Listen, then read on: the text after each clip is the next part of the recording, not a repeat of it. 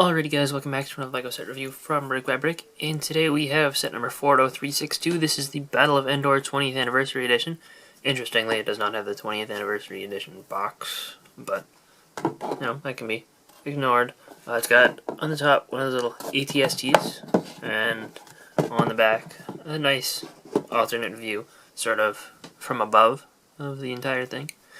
And, you know, it's an interesting style of box, as it's, you know, sort of in the nicer architecture slash ideas style, where you can just fold it up and open like that, and it'll have all the pieces inside there. I do have it already built up, so you can't see the pieces inside there.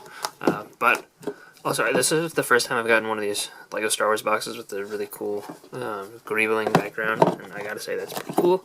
197 pieces. This was available as a free item on Force Friday 2019 with $75 Star Wars purchases, and you know, I was after that UCS BB-8 that was on sale, so I spent $15 extra in order to get this, because I think this looks kind of cool. And just coming out of the box, this is larger than I was expecting the build to be. I mean, I guess I don't know what I was expecting, is, you know, it's not super hard to tell from the box that, you know, it has a decent sized footprint, and, you know, it's about the same size in person as it is on the box. I don't know, I guess I was expecting that the box had enlarged it a little, but it's a pretty decent little display model.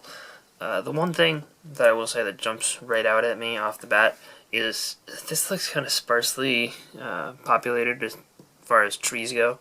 Endor, you know, the trees are a little bit closer together. I think maybe this back corner is done pretty well, but throughout the rest of the area, like, there should be some trees here.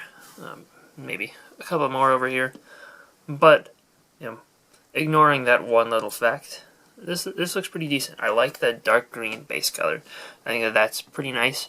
These larger slopes here actually were brand new in the Great Wall of China architecture set, and this is only the second place we've gotten them. So you do get 3 of them in this set, and you know, it's just kind of nice. As well as there's a couple other uncommon dark green pieces here. But overall, this is, you know, what it is. There's really no features to this other than you can remove the little ATSTs, which these are really cute and clever little builds. Pretty effective, and you can, you know, pose them a little bit if you'd like to. Unlike the full-size things, you can actually get the legs to move up and down and get it to still balance. Like, I'm pretty sure you can get this balance on one foot if I do it right.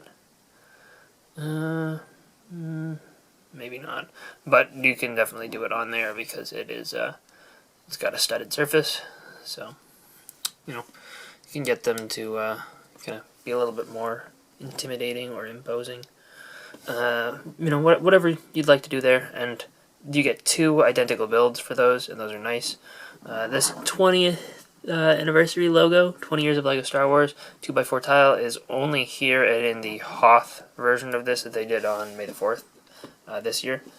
And, you know, a lot of people kind of gave both of these sets some hate, as, you know, they wanted the figures or the other builds, but I don't know, I kind of like these little dioramas. Maybe not better than the other things, but I think that these are good for what they are. From the back view here, actually, it looks a little bit more densely populated, just because you have these trees right up front.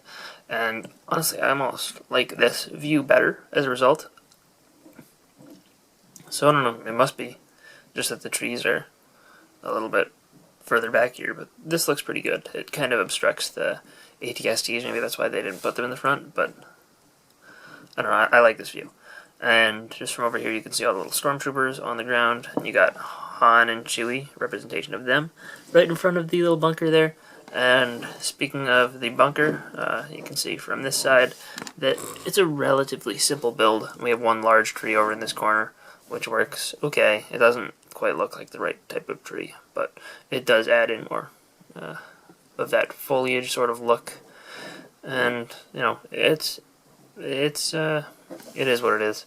There's a little bit of a gap inside there, so that Han is actually sort of offset and standing inside the bunker, which is kind of neat. And yeah, other than that, there's really, you know, what you see is what you get. and I don't think that that's a bad thing in this case. But I don't know, maybe you guys do. Maybe you don't like this, and I do get that this is not everyone's thing. Also, one other thing that you can do, I should have grabbed the extra stud that came with the set to do this, but if you wanted to take over one of these ATSTs and put Chewie inside of it with his head sticking out, you can totally do that just by attaching a stud to the top of one of the ATSTs. And now you have Chewie coming in to attack all the Stormtroopers. But overall, I think that this is a cool little model. The people here aren't super convincing, so as a result, maybe the Hoth one is better than this. But for what it is, I think that this is a nice little build. Also, there's not a single part that is completely exclusive to this set, so it's probably relatively easy to bricklink. You just need to find someone selling a couple of these, and then you should be all set. But yeah, I mean, if you're a fan of the way this looks, I would recommend it, especially since there had been some good deals over Force Friday.